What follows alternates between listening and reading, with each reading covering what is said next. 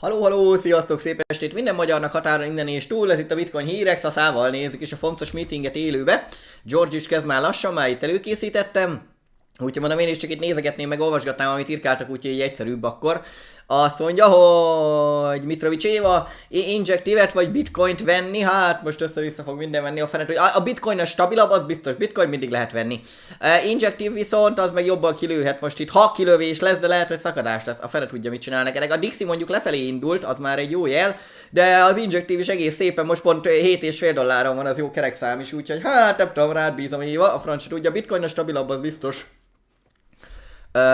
Oké, és akkor igen, kezdjük azzal, hogy az előző részek tartalmából alapjáraton, akik még újak vagy ilyesmi, hogy miket szokott Jerome Powell mondogatni, alapjáraton az alapszövege az, hogy ugyebár fenntartsuk a munkaerőpiacot, és a stabil árakat. Ennek az a lényege, hogy ugyebár minden folyamatosan rontják a pénzt, minden évben legalább 2%-kal, 5%-kal, 50-nel, mikor hogy sikerül.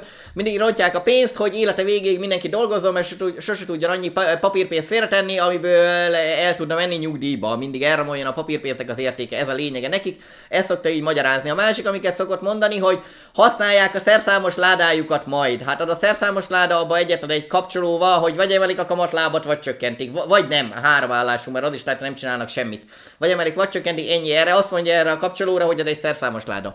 Úgyhogy jó, ennyit tudnak csinálni, más nem. Mi szokott még itt lenni? Pillanat, kicsit puskázok, mi volt az előtt?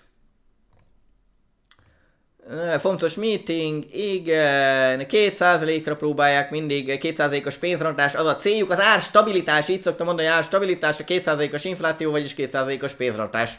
Rejtett adó, feltűnik a népnek is, ha magas. Oké. Jó, hát kb. Ezek az alapok itt az indulás előtt. Jó. És akkor egy-két komment. Ki izgul? Kérdezi itt Zsolt. Sziasztok. Na, George is hát mindegy, majd lassan kezdem, mindig pont akkor szokott, amikor ki van írva.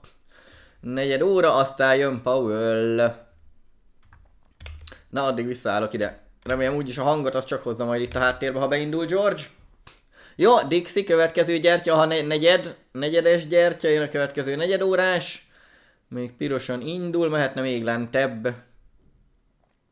Eddig a bitcoin meg minden egész erősen, tehát eddig úgy néz ki, hogy Dixie-le minden más fel, na majd meglátjuk. Pedig már igen, tudja mindenki, hogy 0,25% a kamatlábemelés, mondjuk ez már be is volt valószínűleg árazva előre, már egy hónap óta mindenki ezen volt, vagy erre tippelt. Na vajon felmegy a Dixie, felbír-e kapaszkodni 101,35 fölé, vagy se? Reméljük, most már nem, már indulhatna a lejtmenetje. Lesz itt rángatás, az biztos, ahogy mondja Sándor is, össze-vissza fog minden menni közbe. Sziasztok! George, még mindig semmi. Jó, arra leszek kíváncsi, hogy elmerje kottyintani, hogy de ez az utolsó kamatláb emelés, vagy se, az a legfontosabb. Hoppá, új negyedórás gyertya FCI-nál már magasabban is nyitott, jara azután nem nagyon mozog, mondjuk mindez csak USD-s párral van ez a FCI-os ábra, nem USDT-vel. Na most a Dixie erősödik egy csöppet. Ja, jó, hát még csak 1 perc telt el, lassan telik az idő. Így, hogy nincs hír a háttérbe. Na, Dixie egy megfickósodott, megy egy kicsit felfelé. FCI-t már nem nagyon érdeklő, 20 fentebb. Ja, én amúgy úgy csináltam, aztán csak ugyebár amit mondtam, az Agixot az csak kiégett, 306, mert 304 alá lejött, meg még 0,3 alá is lejött egy kicsit. Úgyhogy a végén, ami visszajött, nem tudom, pénzek, most akkor vagy $150, vagy valahogy így toltam a FCI-ba, annál itt 0,3-nál, és akkor még a másik fele $150, azt meg még megtartottam, hogy ha beszakadna a FCI valami 0,27-re, akkor majd ott még esetleg hozzáveszek, ha meg innen már megy felfelé 0,3-ról, akkor hagy menjen felfelé. Jó, aha, Dixie már ennyi volt, már gyengülget vissza. Zsolt, 20 perc múlva jobban fog telni az idő, az biztos, igen. Csaba, CNBC-n úgy hozzák, hogy Fed raises rates, but signals possible pause. De jó, aha, CNBC-n nézzük is csak meg. Azt írják, hogy az USA központi bankja megemelte a kamatlábat, de már azt rebesgeti, hogy lehet, hogy le fog állni a kamatláb emeléssel. Jó, most nem ez a főcím. Na mindegy. Ja, ezt amúgy is be kell frissíteni. Vagy 3 oldalnyi hír itt lejön minden nap. Azt, hogyha este elfelejtek híradó, vagy George nézés után nem frissítek rá, akkor van is így kimarad, vagy 10 hír, meg ilyenek. FOMC, jaj, jó, oké, már elkezdtem az élőt. Ja, a legfrissebbeknél.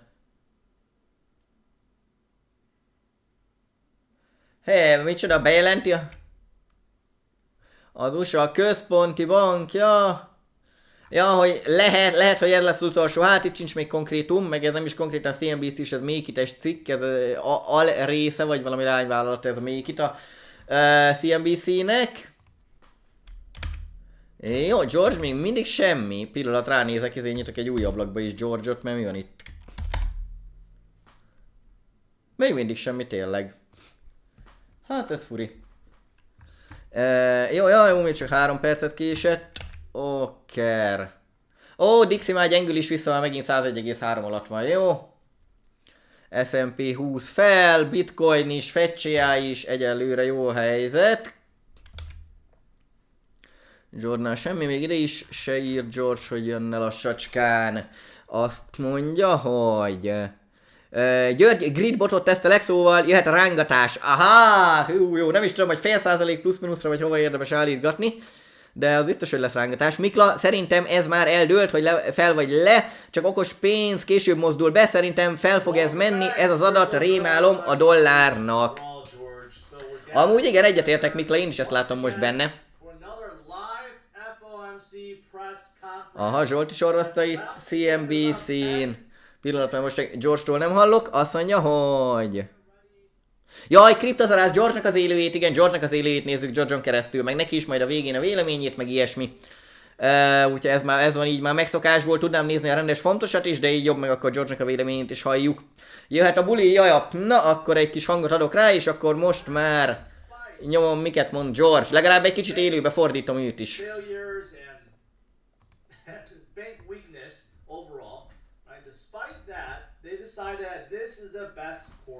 A bankcsődök ellenére is még mindig kamatlábat emelnek.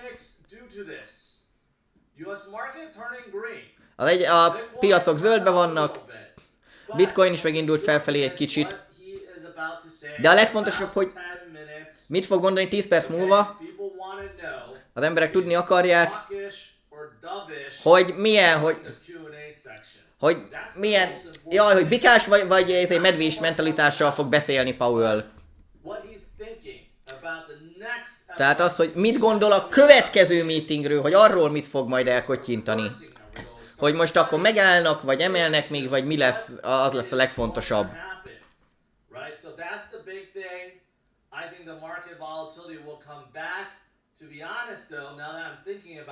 George szerint a volatilitás le fog csökkenni.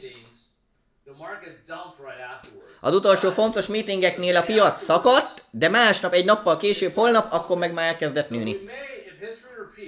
Ha a történelem ismétli önmagát, akkor nagy esély van rá, hogy ma csökkenni, ezért korrigálni fogunk, holnap meg megindulunk felfelé. Hopp, de ez lehet, hogy már most megindul, a fene tudja. Na mindegy, jöjjön ki Powell, mert lesz itt még ráncigálás. Na, de mindenek előtt... Ja, hogy mi...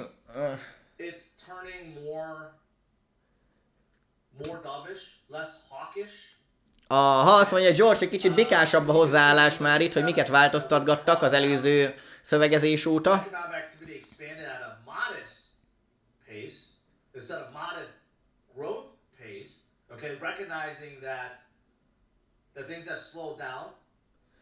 Kicsit lassul a gazdaság, azt írják benne.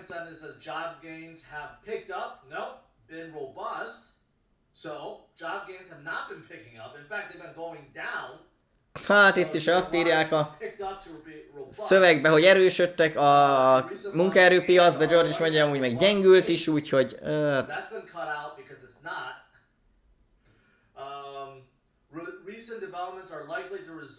Ja, valaki Kriptostex már írja, hogy nem sokára mehet a short. Hát ja, feltolják itt longba, hát meglátjuk mi lesz, az biztos össze-vissza mozgás.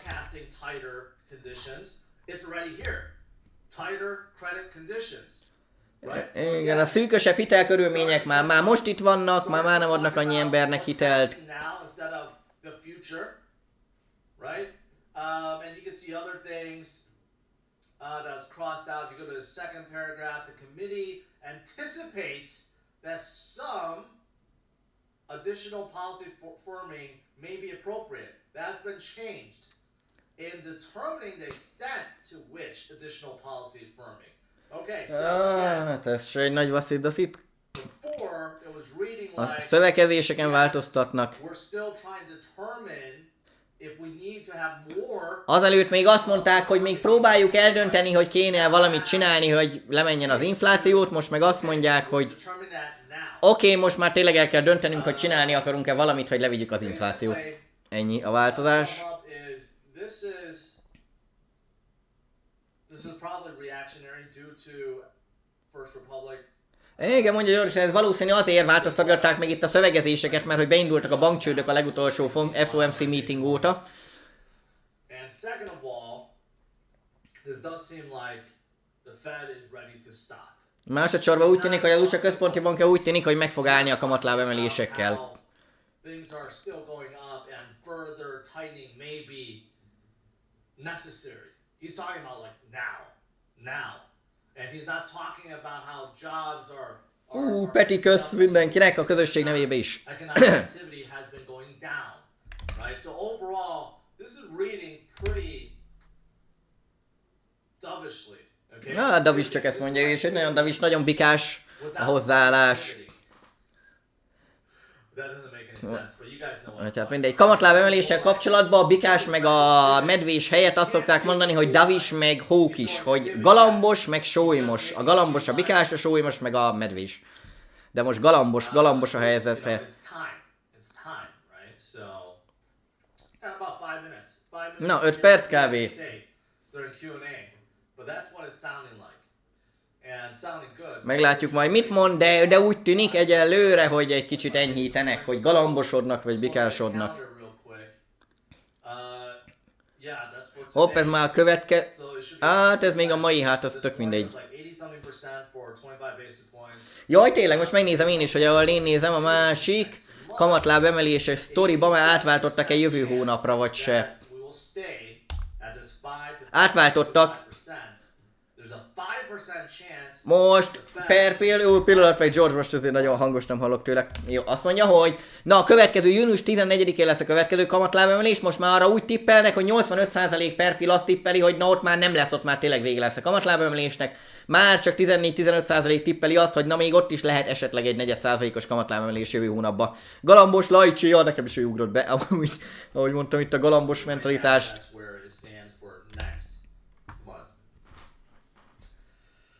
Yep. All right, we got 5 more minutes. 5 more minutes. Na, 5 perc. Van még hátra, már csak 4. Big Twitter Spaces tonight. Na, Twitter Spaces-en mi lesz? Na. I tweeted this out. You guys need to join in. Floki meg Cuka, mi az Isten? I've invited Floki. Jó, George hívta meg. Out there, Suka. One of the smaller meme coins out there, they're gonna have a battle. Go talk meme coins. Mi erről a mímelős kriptókról, Flokiról meg Cukáról lesz ezért valami adás George-éknak. Fűr Zoli, kösz!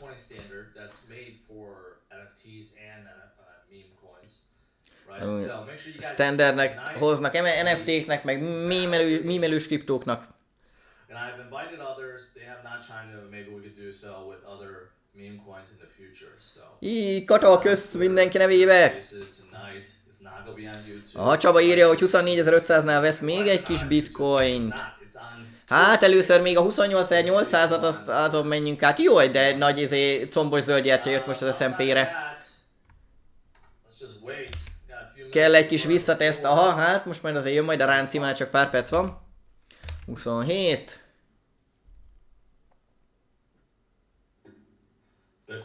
Sziasztok, sziasztok!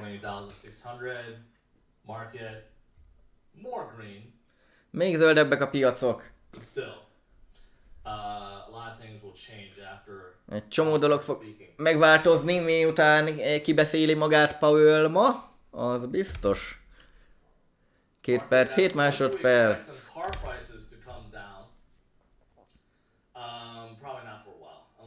Aha, autóárak, hogy fognak, hogy lentebb fognak-e jönni, George azt tippeli, hogy egy ideig még nem valószínű.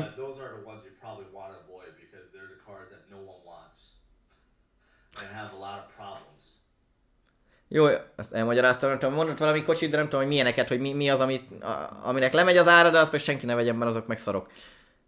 Dix liftezik rendesen. Aha, jól indult a szakadás, de utána csak visszakapta magát egy kicsit. Hát minden össze-vissza cikázás lesz most itt egy 2 órán át. Egy órán át meg kb. Addig tart a fontos meeting. Na most már tényleg 1 percre vagyunk, 1 perc 20 másodperc. 2 more minutes. 2 more minutes.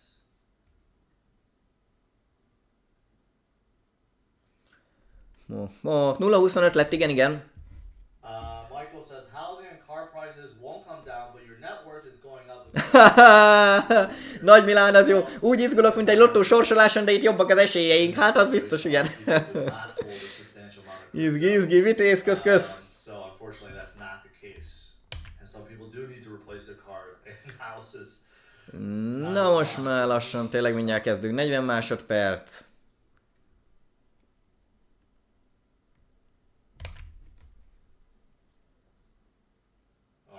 Almost. We got 1 minute. 1 minute to go.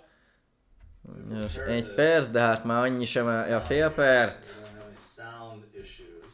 Egész időben szokottam úgy Powell kezdeni, nem késik ilyen 5 perceket, meg ilyesmi, mint amit én. Nekem olyan standard késés, én minden reggel mindig elkések melóból, meg ilyenek. A standard, legalább 5 percet mindig kések. Mióta ott vagyok, utána minden meetingbe beérek, csak az első az mindig gáz. Na de JP már félkor, tényleg 1 percen belül már el kell kezdeni magyarázzon. El is értünk, 0, oké, 8 óra 30 perc. Kezdik is. Mindjárt nyílik az ajtó.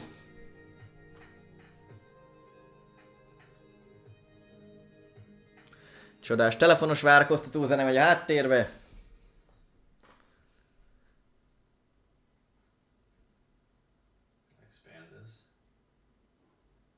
És akkor most kék halál, azt kéne még. Gyerünk. Na, ha késik az ember. Nézzük, mit mond a mágus. Így.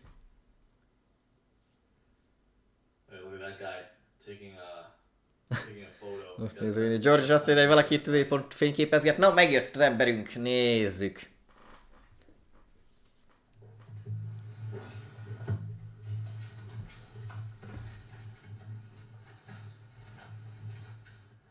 Good afternoon. Szép estét vagy, jó délután mindenkinek.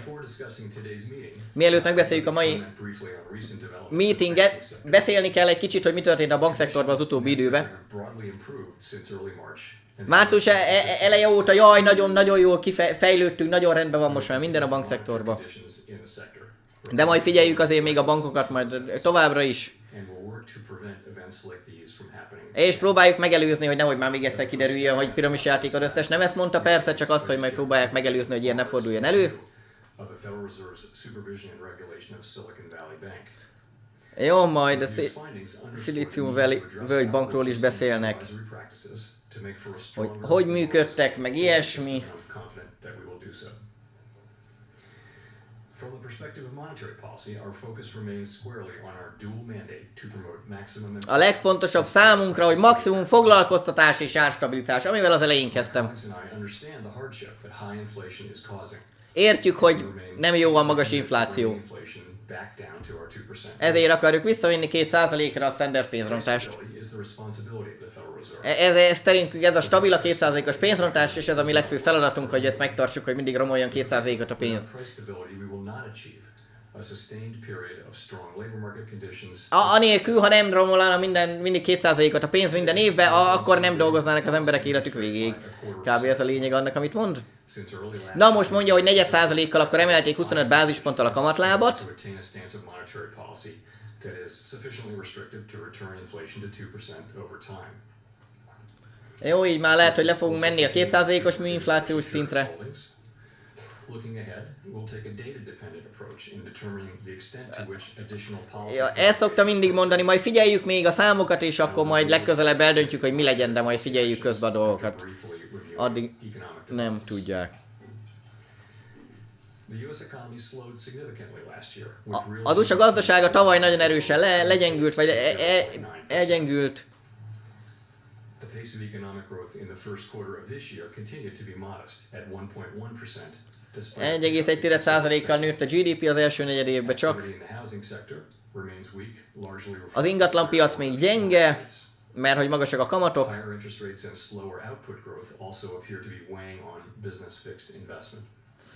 Igen, üzleteknek, befektetéseknek se tesz jót ez a magas kamatláb.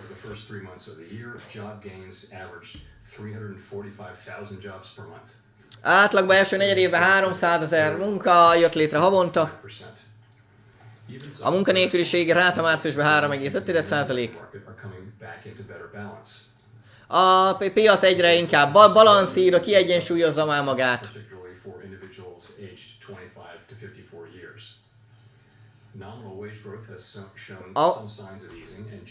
A 25 meg 40-54 év közöttieknek a fizetése növegetett egy kicsit. De még mindig sokkal több ember az üres állásállat, mint amennyi ember dolgozni akar. Az infláció a 2%-os mesterséges cél fölött van bőven. A mag PC adat 4,2%-kal nőtt. Az infláció enyhült valamennyire a tavalyi évhez képest. De a nyomás még mindig magas, mert még mindig magas az infláció. Még azért sok időbe fog telni, mire leérünk a 2%-os mesterséges célra.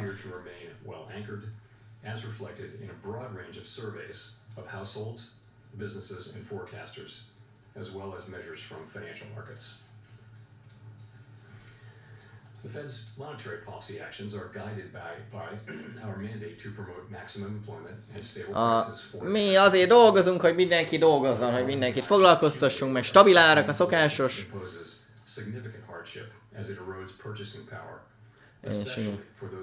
Nem, mi az infláció, mert a vásárlóértékét elvesztik az embereknek, főleg a szegényeknek szar az infláció, amit csinálunk. We are highly attentive to the risks that high inflation poses to both sides of our mandate, and we are strongly committed to returning inflation to our 2% objective. A legfontosabb célunk, hogy a 2%-os mesterséges pénzrontást elérjük.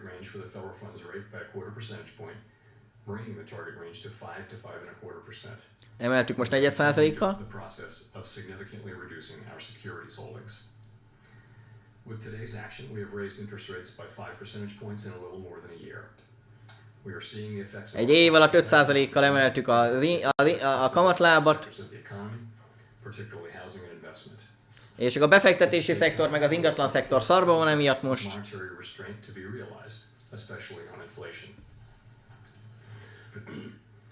In addition, the economy is likely to face further headwinds from tighter credit conditions.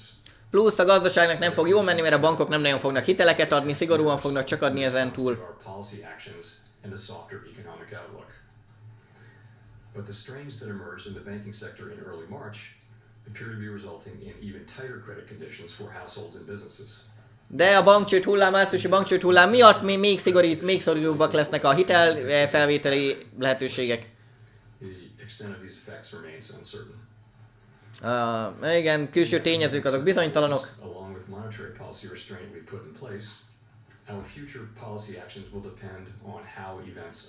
De semmit nem fog mondani a következőről. Azt mondja, a jövőben majd azt fogjuk csinálni, majd nem tudjuk mit fogunk csinálni, majd még várjuk az adatokat, hogy majd eldöntsük a jövőben mit fogunk még csinálni.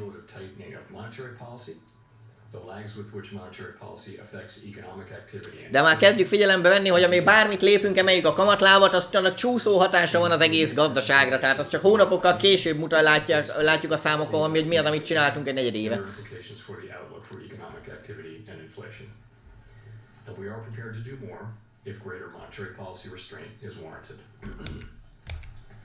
We remain committed to bringing inflation back down to our 2% goal. Ma megint, jaj, nagyon el vagyunk kötelezve, hogy levigyük a 2%-os inflációra a célt. Reducing inflation is likely to require a period of below trend growth and some softening of labor market conditions. Még mindig azt mondja, hogy még enyhíteni kell, még oda kell verni a munkaerőpiacnak. Achieving maximum employment and stable prices over the longer run. To conclude, Összegezve, megértjük, hogy mindenkinek szart csinálunk.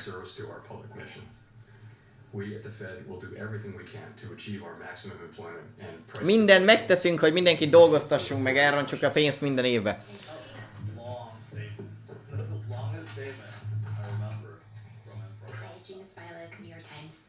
Gina, a New York Times-tól. Whether we should read the statement today as a suggestion that the committee is prepared to pause interest rate increases. Le fogjátok állítani a kamatlábemelést júniusba? The Fed staff has in any way revised their forecast for a mild recession from the March minutes, and if so, what a recession like what they're envisioning would look and feel like when it comes to, for example, the unemployment rate. Recesszióval kapcsolatban mit gondolsz még?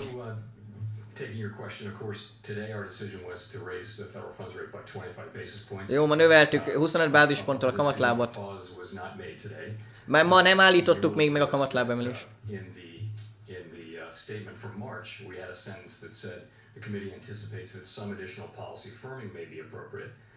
That sentence is not in the statement anymore. We took that out, and instead we're saying that in determining the extent to which additional policy firming may be appropriate to return inflation 2% over time, the committee will take into account certain factors. So that's a meaningful change that we're not. Jelentős változás, semmi a szövegezésnek az átírkálásáról beszél.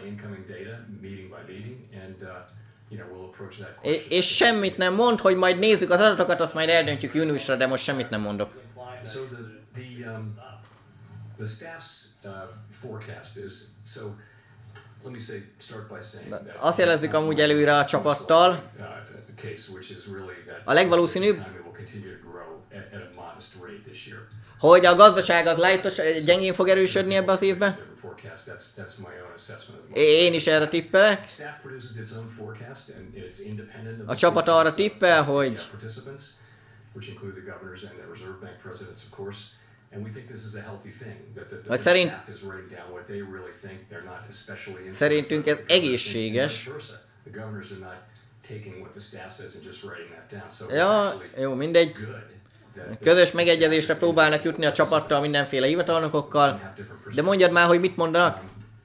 So broadly, the forecast was for a mild recession, and by that I would characterize as one in which enyhe recessziót tippelnek.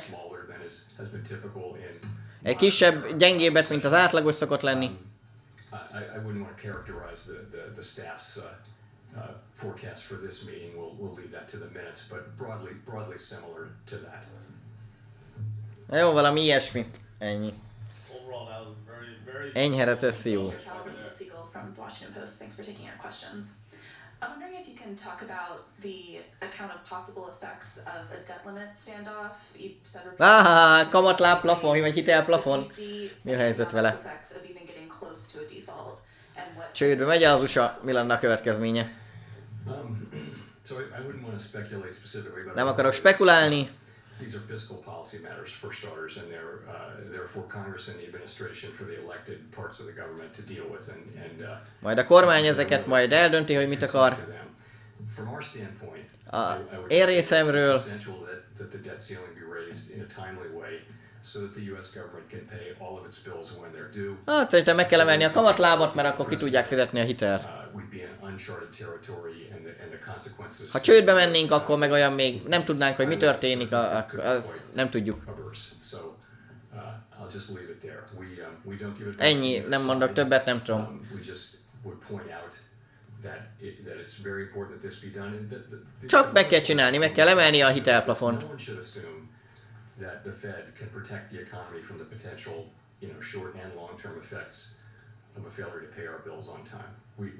Na, mi semmit nem tudnánk csinálni a központi bankkal, hogyha csődbe menne az USA.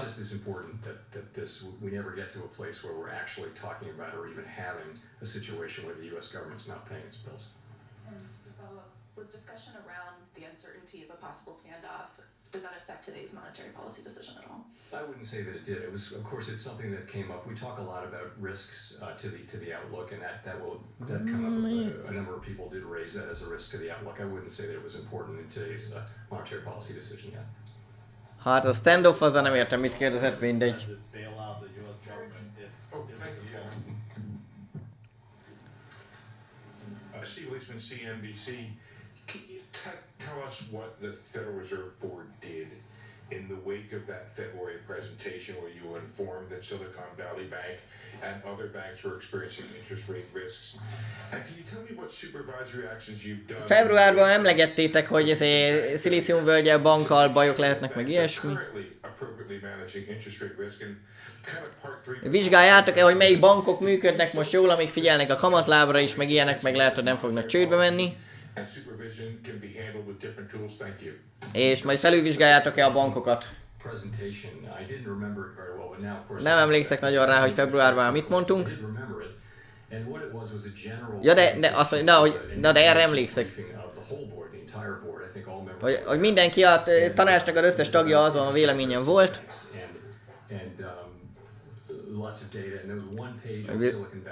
Vizsgáltuk a rizikókat. A bankoknál is volt egy példa a szilíciumvölgyel kapcsolatban is.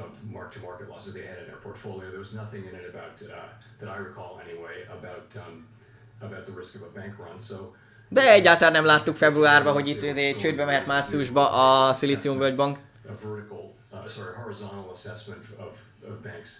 It wasn't presented as an urgent or alarming situation. It was presented as an informational. Nem volt figyelmeztető, csak olyan információs, csak úgy, hát lehet, hogy lesz valami rizikó, de úgy nem is figyeltük, nem is vettük komolyan, aztán meg csődbe ment.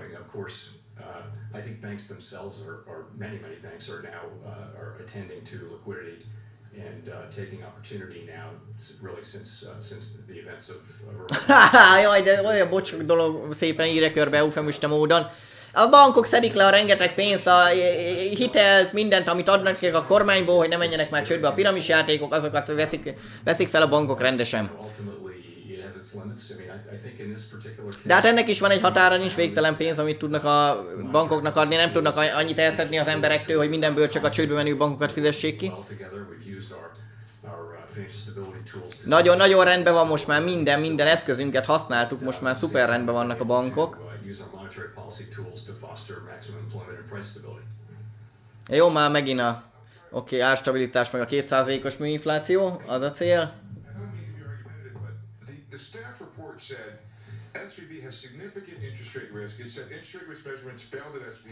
Azt mondtátok a februári jelentésben, hogy jelentős rizikót jelent a szilíciumvölgynek a kamatlába emelésre, csődbe, vagy nagyon nagy rizikó van a szilíciumvölgybanknál.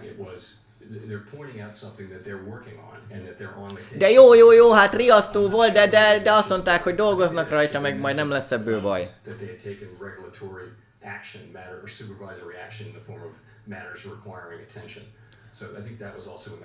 Azt mondták, azt is leírtuk, igen, hogy majd azt mondták, hogy majd megvizsgálják, majd nem lesz majd baj. Nagyon rajta vagyunk az ügyen.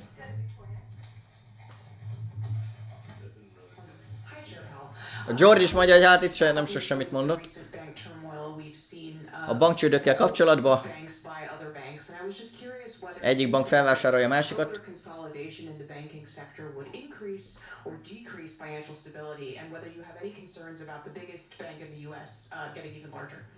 Hát és mit gondolsz arról, hogy a nagy bankokhoz folyik a pénz, nagyobbak még nagyobbak lesznek?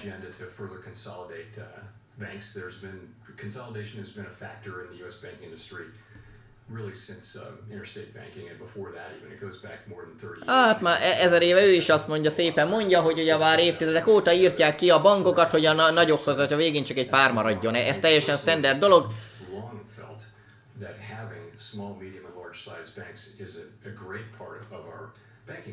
Persze, közben azt mondja, hogy az tök jó, hogy vannak kis, közepes, meg nagy bankok is.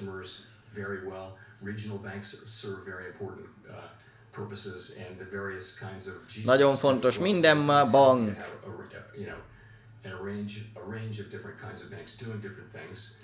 Minden más bank más dolgot csinál. Ez nagyon pozitív.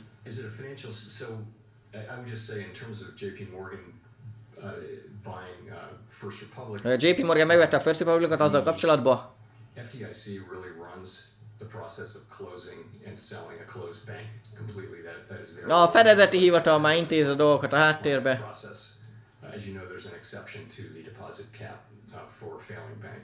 So it was legitimate, and I think the FDIC, I believe, is bound by law to take the bid that is the least cost bid.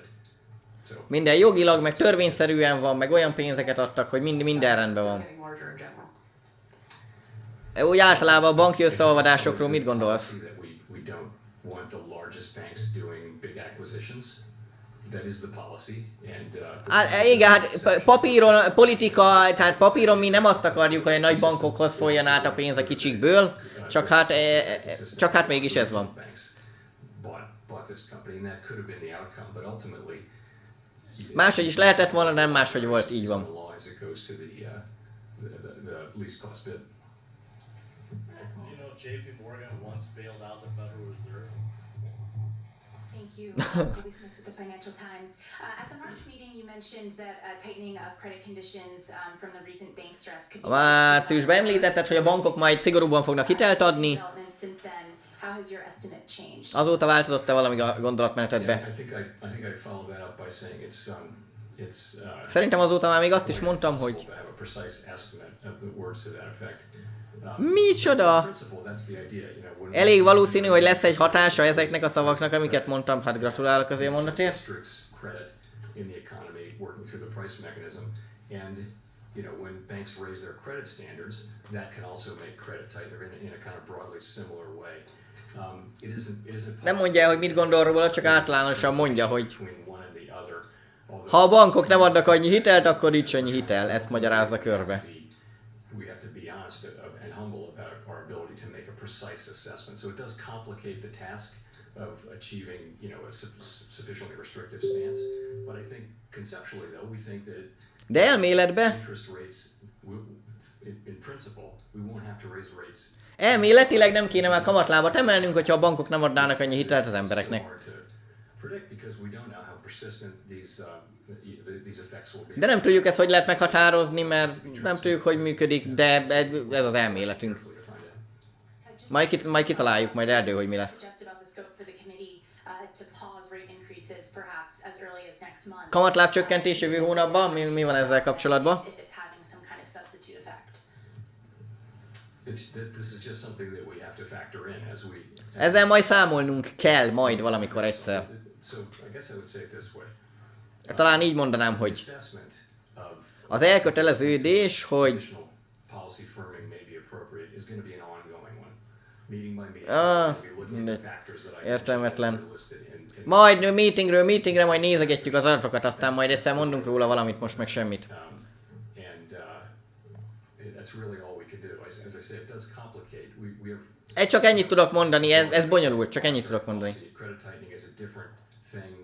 There's a lot of literature on that. Ha a bankok nem adnak annyi hitelt, az egy tök más dolog. Hikes is uncertain. Let's say it adds even further. A kamatlábemelés az bizonytalan. We'll be able to see what's happening with credit conditions, what's happening with Majd lehet, hogy meg tudjuk látni, meglátjuk majd, hogy mi lesz, and you know we'll hogy csökkentenek a bankok. Aztán majd meglátjuk, hogy esetleg majd csökkentünk a kamatlábat, vagy nem, de semmit nem mondok most egyelőre. Thank you. So noting that the statement dropped the reference to sufficiently restrictive, I was wondering, given your baseline outlook, whether you feel this current rate of 5 to 5.25% is in fact sufficiently restrictive. Elég szerinted már ez a kamatlábemelés a mostani? data to accumulate on that. Hát még több adat kell, nem tudjuk majd, még több adat kell majd, nem tudok semmit mondani. That point, and I just think it's not possible to say that with confidence now. But nonetheless, you will know that the summary economic projections from the March meeting showed that at that point in time that the meeting participant thought that this Jaj, mit akar már mondani? was the appropriate level of the Ez a körbemagyarázás annyira fárasztó tud lenni. We don't know that. We'll revisit that at the June meeting. És arra jutott, hogy elmagyarázott, beszél 2 perccel, azt nem tudom, de majd a júniusi meetingen majd valami majd lesz. Majd meglátjuk, hogy addigra hogy mozognak az adatok. De hogy lehet erről fél perc beszélre semmiről. Follow up on credit. Could you give us a sense of what the SLUS survey indicated? It was already, I think 40-45% of banks were tightening credit as of the last survey. What did this one show and how did that... Volt valami kérdőív ezzel kapcsolatban, mennyire szigorítanak a bankok a hitel feltételeken? I would just say that the sluice is broadly consistent when you see it with how we and others have been thinking about the situation and what we're seeing from other sources. You will have seen the beige book and listened to the various earnings calls. Majd május 8-án jön valami beige book, majd abban lesznek adatok. Some of them have been tightening their lending standards. Néhányan már szigorítottak. Azt kérdezte az ember, hogy 45 vagy 55%, mire tippelné, mennyi bank szigorított már, és akkor mondja a nagy választ, hogy néhányan már szigorítottak. Sokat érünk ezzel a válaszsal.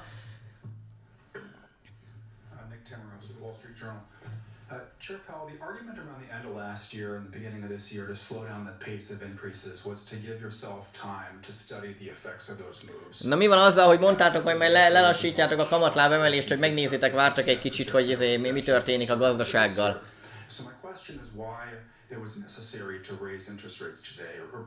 Szóval miért kellett, kérdésem az, hogy miért kellett ma kamatlábat emelni, mikor azt mondtad, hogy már lassan várni kéne, hogy mit csinált az előző kamatláb emelések, mit csináltak a gazdaságban. Miért éreztétek szükségesnek, hogy ma emelni kell? Az ok az, hogy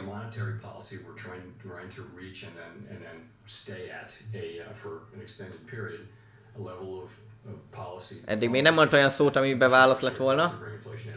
Ja, itt van, szokásos, semmi szöveg, semmi válasz. 2%-os infláció a cél, azért.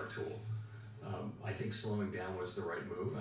I think it's enabled us to see more data, and it will continue to do so. Majd várunk még több adatot, aztán majd lesz valami. Really, you know, we have to balance. We always have to balance the risk of not doing enough and not. Mindig egyensúlyoznunk kell, hogy nem teszünk eleget, vagy túl sokat teszünk a közt. Pont ezt kérdezi, hogy akkor miért tolták most túl, minek volt még ma is kamatlábemelés, de hát nem válaszol rá.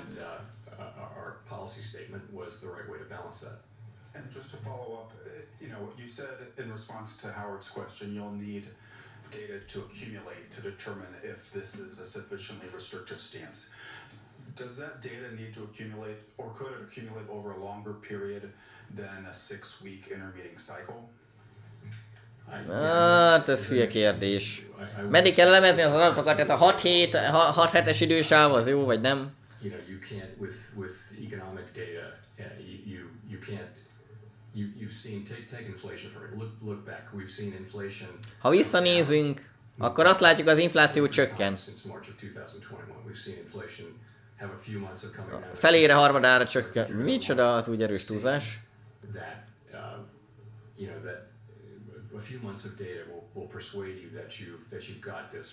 Pár hónapnyi adat, majd pár hónapnyi adat alapján majd el lehet dönteni, hogy már jók vagyunk, vagy nem vagyunk jók.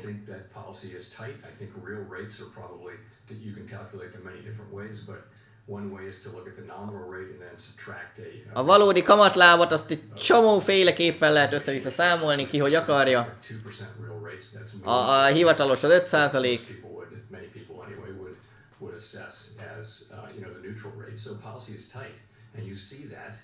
A szigorítás megvan, már 5%-on van a kamatláb.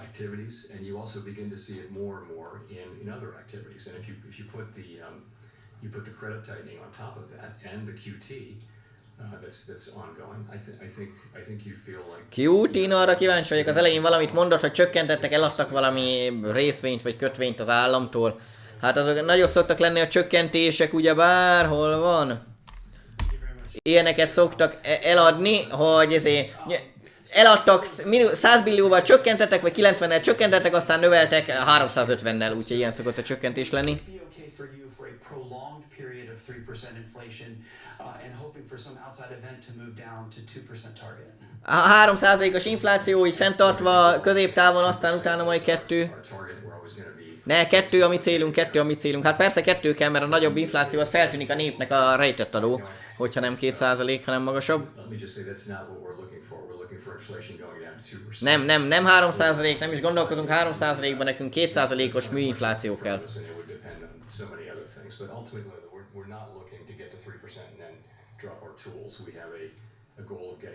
Nem arra lövünk, hogy a 3%-at elérjük, akkor utána már nem csinálunk semmit. 2% kell.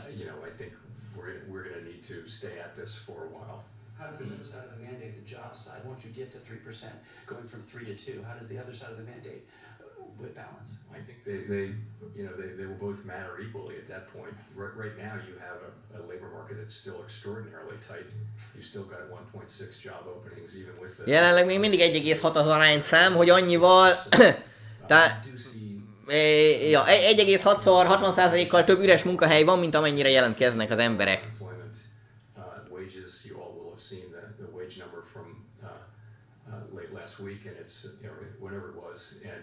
Múlt héten vagy valamikor, nem tudom már mikor voltak valami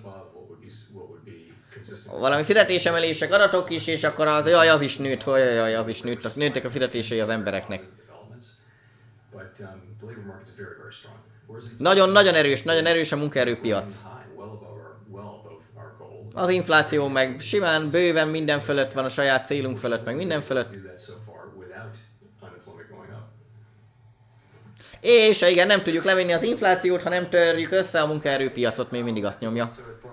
So many analysts noted at the time of the March FOMC meeting that at least half of Fed officials' projections did imply or seem to imply that a recession was in their baseline forecast as well, given the strong... Márciusban még a fele a tanácsnak azt tippelte, hogy még recesszió is lehet.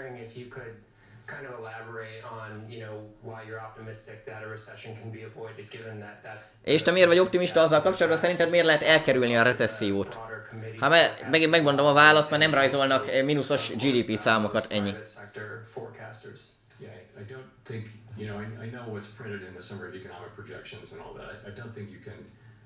Deduce exactly what you said about what participants think because you don't know what they were thinking for first quarter GDP at that point. They could have been thinking about a fairly low number. Jaj, szerintem nem tudod, hogy mit gondolhattak, mert mindegy. Szerintem lehetséges, de ezúttal ez tök más. A munkaerőügyi piac azt mondja. Azt mondja, hogy több embert akarnának felvenni, de nincs elég munkás, nincs elég szolga.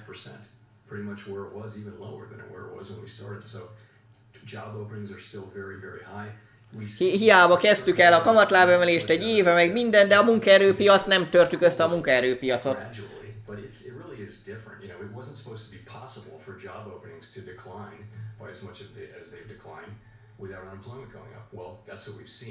So there are no promises in this, but it just seems that to me that it's possible that we can continue to have a cooling in the labor market without having the big increases in unemployment that have gone with many.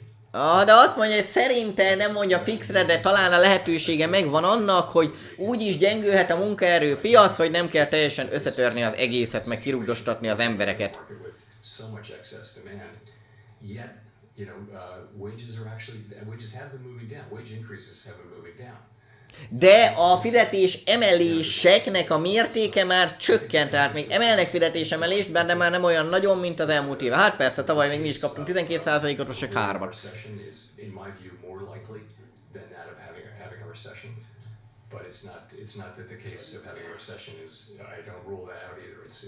És igen, szerintem nem lesz recesszió, de azért én sem mondom, hogy biztos, hogy nem lesz, de szerintem nem lesz. Levels that would be consistent with 2% inflation. Do you see that as well? And could you kind of explain, how you come to that judgment?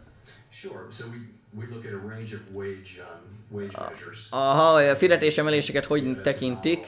So you assume wages should be equal to productivity increases plus inflation. A fizetéseknek a termelékenység növekedését plusz az inflációt is kéne tartalmazni, annyival kéne nőni a fizetéseknek. Basically those four and many others, and you can look at what they would have to run at over a long period of time for that to be consistent with 2% inflation. They can deviate. Corporate margins can go up and down. És hosszú távon számolnak azzal, hogy a 2%-os műinflációhoz hasonlítják, de hát itt mindig eltérés van, össze-vissza vagy minden. Later in expansion. So yeah, and we calculate those, and you have to take the precision with a degree of salt. But I would say that what they will show is that fenntartásokat kell kezelni. If wages are running at 5%, 3% is closer to where they need to be. Wage increases closer to 3% roughly De igen. To be consistent with inflation over a longer period of time. De az inflációval így tudná tartani magát, hogy 5%-kal vagy 3%-kal kéne növelni a fizetéseket. De szerintem nem a fizetés emelések miatt, nem azok miatt van magas infláció. Na, hát eddig ilyenekre hazudták. Hát a végén még elmondja, hogy ők csinálják az inflációt a fedezet nélküli pénznyomtatással, de hogy is. Jó, nem a fizetés emelések a legfontosabbak. Az inflációt nem azt viszik fel. Those have did expand sharply during this inflationary period, and while there are some signs that they are starting to decline, many economists note they haven't fallen as much as might be expected, given that we're seeing at least some pullback among consumer spending. So, speaking of causes of inflation, do you see expanded profit margins as a driver of higher prices? And if so, would you expect them to narrow soon és az emberek nem tudnak már annyi mindent venni, az inflációnak annyira nem kéne nőni, de a cégeknek a profitjai meg még mindig jók, ennek mi köze van az egészhez. A kereslet kínálat az nincs egyensúlyban jelenleg.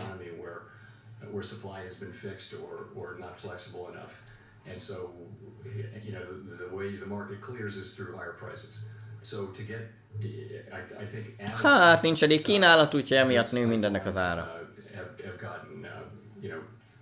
Back to normal, so that we don't have the long waits and the shortages and that kind of thing. I think you will see inflation come down, and you'll see corporate margins coming down as a result of a return of full competition, where there's enough supply to meet demand. De ha majd lesz elég kínálat, mindenből lesz elég, akkor majd le fog jönni az infláció, erre lehet számítani. Általános semmi. Can you tell us something about what your policy reaction function is, your policy framework is going forward when you look at the economy at the next meeting? Are you looking at előre tekintve te mit akarnál, vagy mit csinálnál? By definition backward looking. Are you going to be forecasting what you think is going to happen? Are you ruling out the rate cuts that the market has priced in? A kamatláb csökkentéseket, azt kizárod, amire a piac vár egyébként? We look at a combination of data and forecasts. The whole idea is to create a good forecast. Hát mi nézzük az adatokat, meg az egésznek az ötlete az, hogy egy jó előrejelzést adjunk, de hát előre sose beszél, mindig csak vissza. Jó, majd inflációs számokat, meg fizetés számokat, meg minden számokat majd nézegetünk. Csomó dolgot nézegetünk majd. And going forward is going to be what's happening with credit tightening. Our small and medium-sized banks. A bankok szigorítják majd a hitelfelvételt, azt fogjuk majd nagyon figyelni, az most a legfontosabb. On loans, on lending, and so we can begin to assess how that fits in with monetary policy. That'll be an important thing. I just we'll be looking at everything. It's again, I would just point out we've raised rates by 5. Na, beszél a kérdésről is. Emeltük már a kamatlábat, igen, meg csökkentettük, eladtunk valami kötvényrészvényt a kormánytól. És mi ezt mind figyelembe kell vennünk, hogy meg tudjuk határozni, hogy jók vagyunk-e már, vagy nem. De ezek meg elcsúszva jönnek ezek az adatok. Egy betűvel nem mondja, hogy a kamatlábat csökkenteni fognak az éven. Megkérdezem még egyszer, vajon? Na igen, megkérdezte, hogy kamatláb csökkentés. Azt kérdeztem, hogy kamatláb csökkentés. Azon a nézőponton vagyunk, hogy az infláció nem fog túl gyorsan lejönni, majd egy időbe fog ezt telni.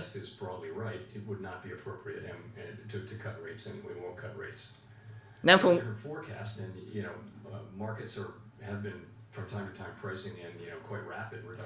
Első körben nem akarnak kamatlábat csökkenteni idén még. That's not our forecast, and of course the history of the last 2 years has been very much that inflation moves down. Particularly now, if you look at non-housing services, it really hasn't moved much, and it's quite stable. And so we think we'll have to demand will have to weaken a little bit, and labor market conditions may have to soften a bit more to begin to see progress there. Jaj.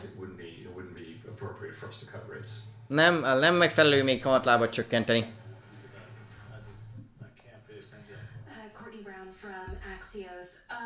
I'm curious how you view the role of the overnight reverse repo facility in the context of the current banking stress.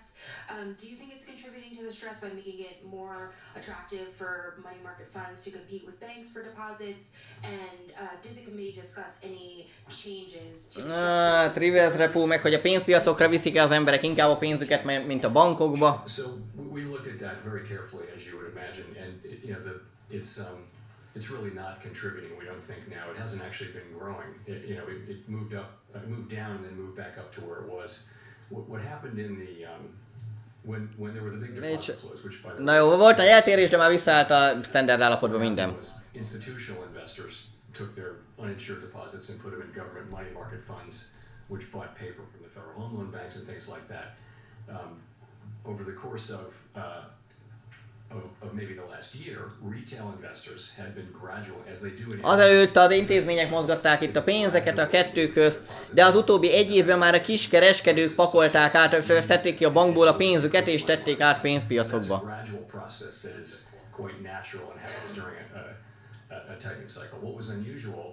De ez teljesen természetes egy ilyen ciklusba, szigorításkor. It doesn't seem to have had any effect overall on the overnight repo facility. That is really there to help us keep rates where they're supposed to be, and it's serving that purpose very well. Hú, jó, valami másik kérdés.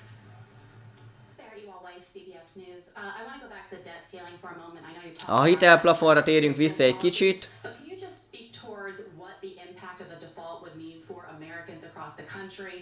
Jaj, mi lenne a hatása, ha csődbe menne az USA az amerikaiakra nézve, a lakosságra?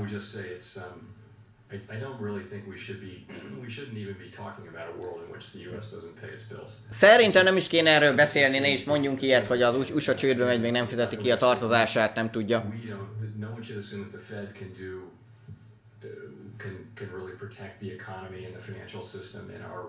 Senki ne feltételezze, hogy mi az USA központi bankjánál bármit is tudnánk ezzel csinálni, hogy ne menjen csődbe az USA az ellen.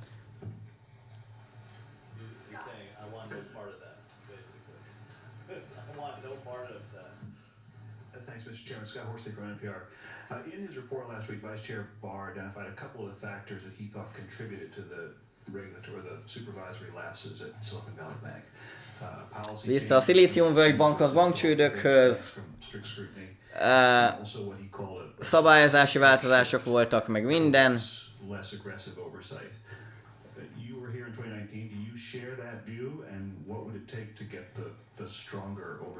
2019-ben, hogy látod, volt értelme, hogy enyhítették, hogy nem néztek annyira a körmére a bankoknak azóta?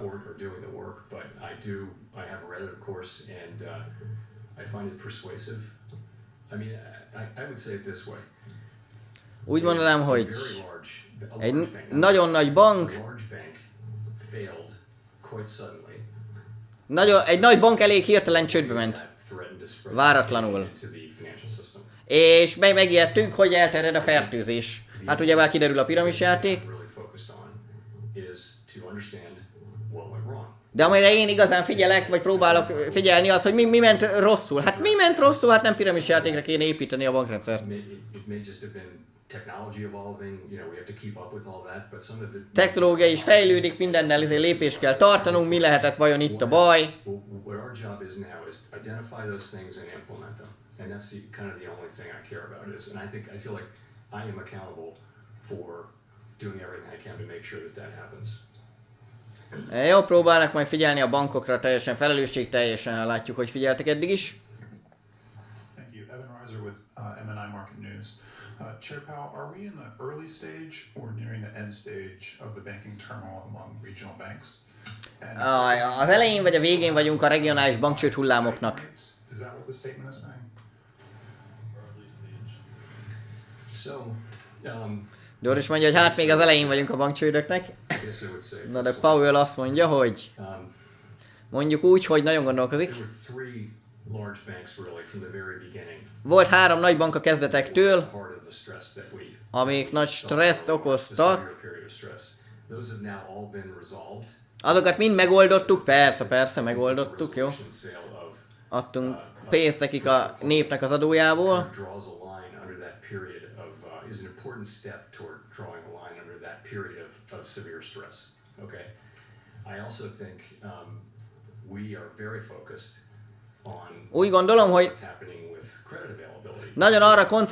nagyon koncentrálunk arra, hogy mi a helyzet a hitel lehetőségekkel. A kis és közepes bankok úgy érzik, hogy nem kéne annyi hitelt adniuk.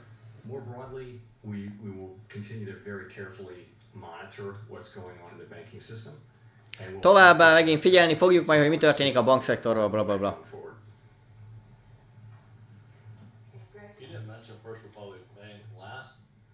Thank you for Chairman.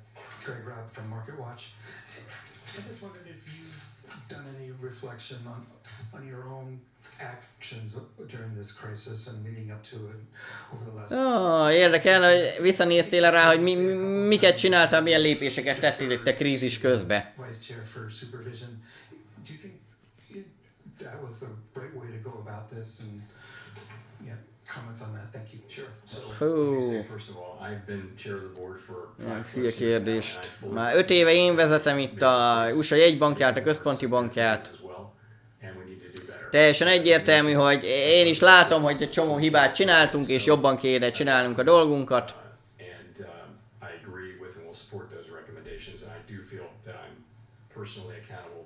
Teljesen egyetértek a javaslatokkal, amik fel lettek véve, és totál felelősségnek értem én is magam. Majd kezeljük ezeket a problémákat. The place to start is the statutory role, which is quite unusual.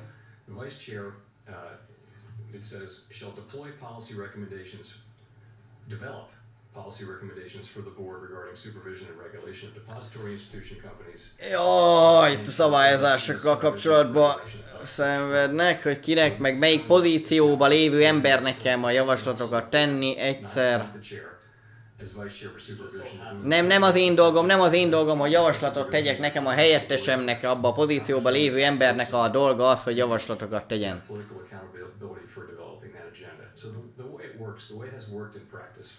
Tehát ez úgy működik a gyakorlatban.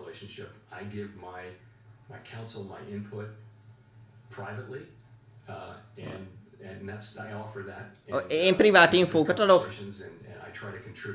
meg beszélgetünk azzal az emberrel, aki majd valami törvényjavaslatokat fog benyújtani. És így kéne ennek működni, ez tökéletesen működik, mindig így működött. De miért ilyen hülyeségeket kérdeznek, ezzel basszák el az időt? Normálisat is lehetne kérdezni helyett.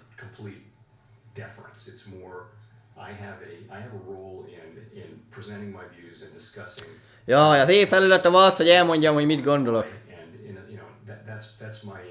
Ez az én feladatom, ez.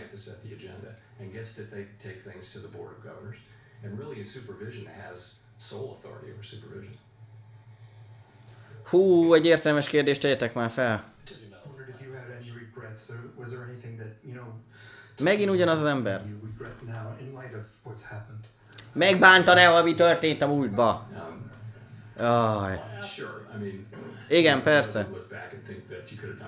Csináltunk volna dolgokat másképp.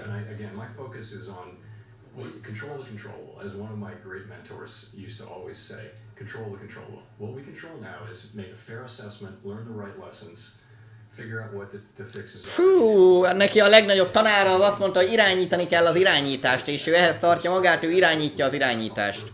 Jelentsen is az bármi?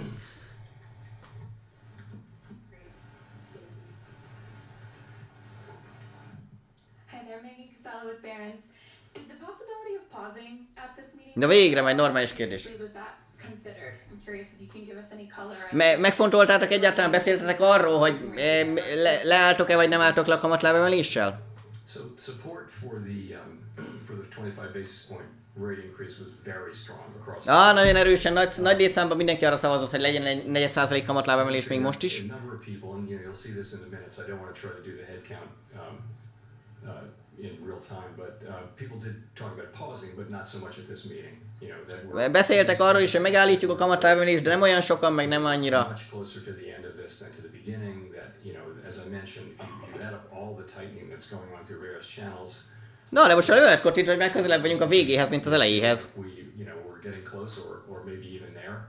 But then again, that's going to be an ongoing assessment. De egyre közelebb érünk már ahhoz, igen, hogy leálljunk a kamatlábemeléssel, de majd még kell adat, meg még nem tudjuk kimondani, még nem mondhatom, hogy leállunk, de már közel vagyunk ahhoz, hogy leálljunk. And the changes to the statement, is the bar higher now to raise rates at the next meeting, or would a strong jobs report or inflation print be enough to push the Fed to tighten again?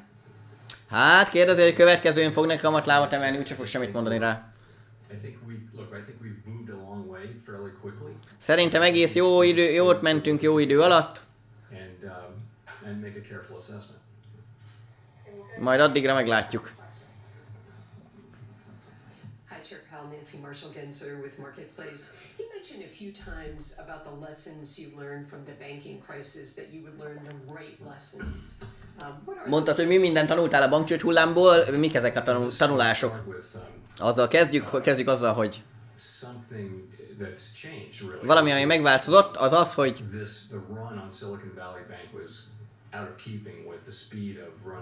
nagyon gyorsan kivették az emberek a pénzt a bankból, mert hát ugye azt én teszem hozzá, hogy már van Twitter, meg internet, meg minden, már nem 2 hét múlva, meg 2 hónap múlva tudják meg a postakocsitól, meg ez az, hogy csődbe ment a bank, mindenki tudja rögtön. Nem hittük, hogy az lehetséges, eddig erre fel sem voltunk készülve, hogy van internet, és akkor rögtön mindenki megtudja, hogy bankcsőd van, az rögtön mindenki kiveszi a pénzét. Eddig ez nem így ment az elmúlt évtizedekben.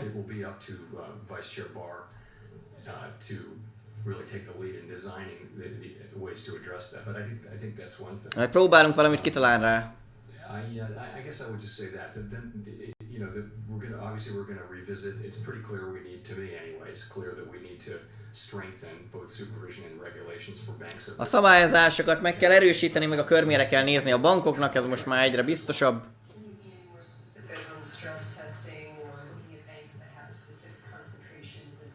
Stresszteszteket, vagy valamiket fogtok-e végezni a bankokkal?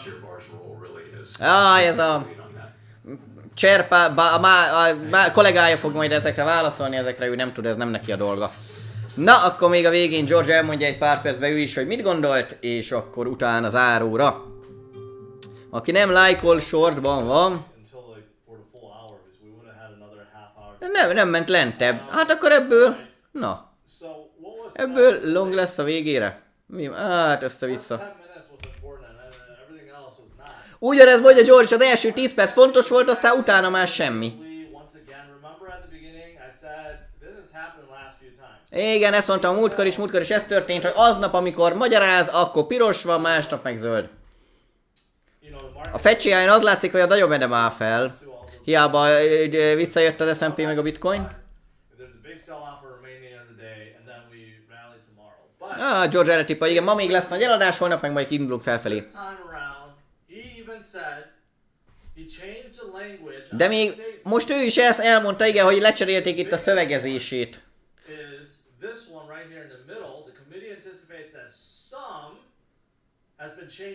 Mert még a múltkor, még egy hónapja még azt mondták, hogy lehet, hogy majd megfontolják, hogy valamit csinálni kéne, most meg azt mondják, hogy most már biztos, hogy valamit csinálni kéne. Now, he wants to utilize the time between now and the next FOMC meeting to determine whether or not more is necessary, but as... És akkor mondja George is, igen, hogy arról magyarázott, hogy majd a következőre, majd még egy hónap eltelik a következő meetingig, majd eldönti, hogy mit akar. Erre az alap, amit még januárban mondta ezt, hogy 5%-os inflációt akarja elérni, aztán utána megállnak.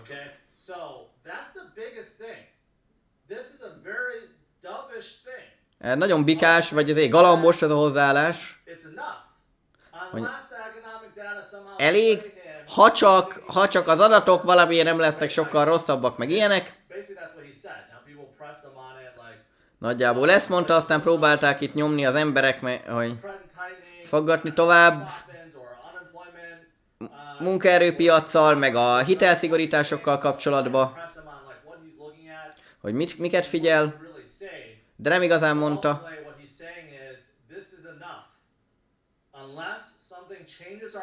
Aha, amit mondott, hogy úgy néz ki, hogy lassan már elég lesz. Legalábbis George úgy értette, hogy azt mondta Powell, hogy ez már lassan elég lesz, ha csak nem jönnek nagyon rossz adatok, akkor lassan már tényleg elég lesz a kamatlábemelésből.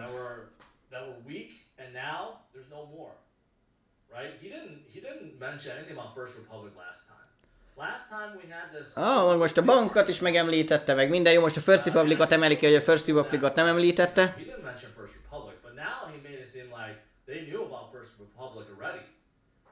Ja, de most csak megemlítette, hogy már azelőtt is amúgy ott is gyanús volt a First Republic is. És vajon mik lehetnek azok a szarba lévő bankok, amikről direkt nem beszél amúgy? Nyomják ugyebár, hogy nincs több bankcsőd, minden rendben van.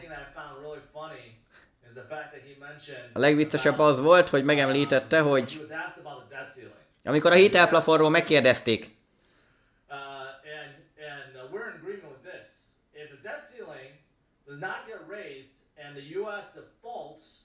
tehát ha nem emelnék meg a plafont, kétszer is elmondta,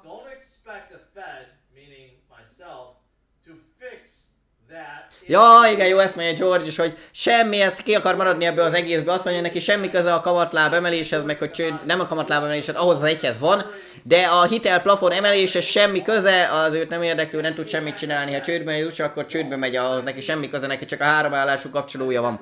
Fel a kamatlábat, vagy le, vagy semmit, vagy nulla.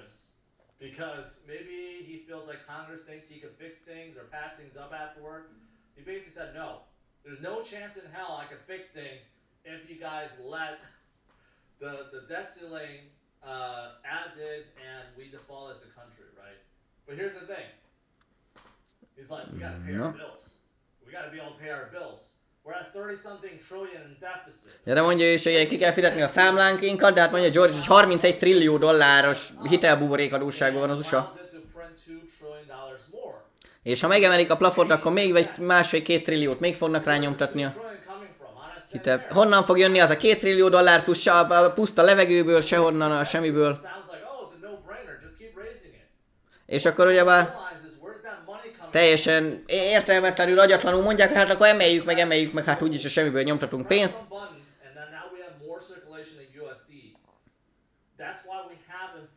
Csak hát ezt csinálja az inflációt a valóságba. És senki nem kérdezte meg ezt tőle. Hogy a pénznyom, ez tényleg hülyeség, hogy nem hagyják, vagy direkt nem kérdezheti egyik riporter se, hogy miért ők csinálják az inflációt a fedezet nélküli pénznyomtatással? Soha nem kérdezik meg.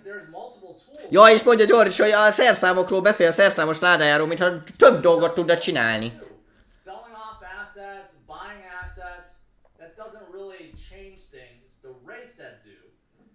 Azt mondom, és veszekedtek, meg adnak el kötvényeket, részvényeket, nem sok mindenem változtat, a kamatlábat tudja emelni, meg csökkenteni, aztán ennyi.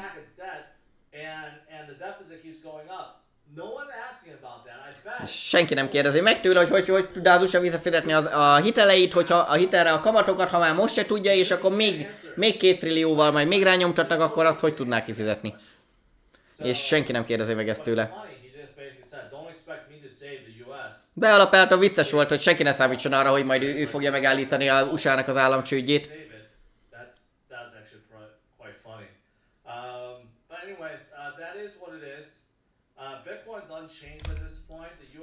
Jó, bitcoin nem változott, igen, vagy ugyanott maradt már kb. Mint mielőtt indultunk. Nem szakadt lentebb az alsó pontjánál. Jó, George nem lenne meglepődve, hogyha nagy rally indulna meg ma este vagy holnap. Felfelé. De összességében ő azt mondja, hogy szerinte egész galambos vagy bikás volt a hozzáállása JP-nek. Ha csak valami nagyon szar adat, brutálisan rossz adat nem jön, akkor nagyobb baj már talán nem lesz. Reméljük, hogy ez lesz tényleg az eset, ez lesz a vége a dolgoknak. Rendben, 6000 ember csatlakozott be. So we'll do this again next month in June. És akkor, ja, legközelebb jövünk júniusba is. Jó, itt már végén már csak azt mondja, hogy este meg majd lesz, vagy hát hajnalban lesz majd ez a különadások a Twitter Spaces-en, és akkor a meme coinokról beszélgetnek. Vagy a Flokival, meg a Cukával. Jó.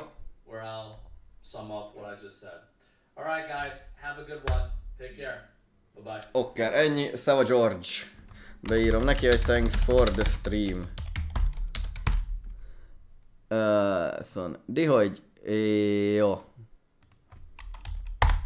Oké, úgyhogy ennyi volt akkor George-nál, ennyi volt a FOMC-os meetingben, konkrétumok nem nagyon vannak, de már kicsit nyugodtabb a hangvétel, úgy összességében. A kamatláb emelés meg akkor 4% lett, vagy 25 bázispont. Jó, akkor... Jaj, de szép, nagyon jól írta P. Zsolt, és egy biztos Powell bácsinál senki nem tud jobban fingot reszelni. Hát az biztos, mert itt is, hogy konkrét válasz a kérdésekre, hát ha 10%-ban volt, akkor lehet, hogy sokat mondok. Na, azt mondja, hogy akkor se tényleg nekem is pihimál kezdek ilyes lenni, meg minden. A bitcoin jelenleg 28, semmi nagy kilövés, semmi nagy szakadás, teljesen nyugiba ugyanott vagyunk, mint a meeting előtt. A bitcoin 28.300 $, legyen ennyi mára, holnap ismét jövök a friss hírekkel, addig is további szép estét mindenkinek, sziasztok!